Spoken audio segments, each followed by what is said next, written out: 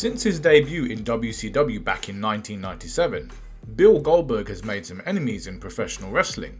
Some of those enemies, such as Bret Hart, hold an ill will for the former WWE Universal Champion, although it can be argued that a career-ending injury is as good a reason as any for some long-term animosity.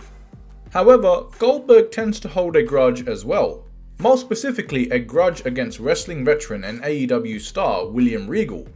The cause of this bad blood is the result of a singles match between the two on February 8th, 1998, 7 months into Goldberg's monstrous run in WCW.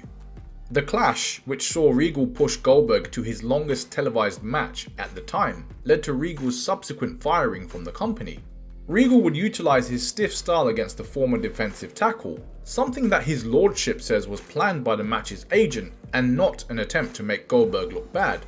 Regal explained on an episode of his Gentleman Villain podcast, "I did as I was told by the person in charge of that match. I felt like I got thrown under the bus by the producer in charge of it."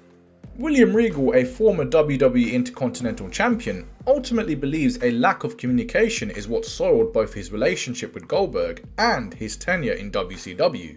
Regal continued to explain on his podcast, I was so frustrated that night because as I came out from the match with Bill, Eric, there was a lack of communication in WCW. Eric didn't know what had happened. He came out screaming at me. I took it on the chin. Furthermore, on an episode of 83 Weeks, Eric Bischoff explained his view of the match and where it went wrong.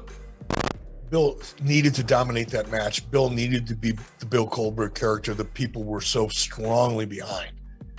There was no reason at that point in Bill's character trajectory to have him stumble and trip over a curb or, diminish in any way the perception of how powerful of a character Bill Goldberg was.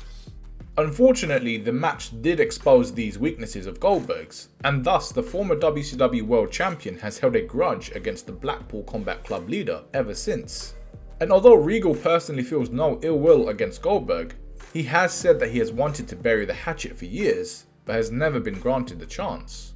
If you enjoyed this video, please do give it a like and consider subscribing if you haven't done so already. I've been Tesh from Turnbuckle Times, thanks for watching and I'll see you in the next video.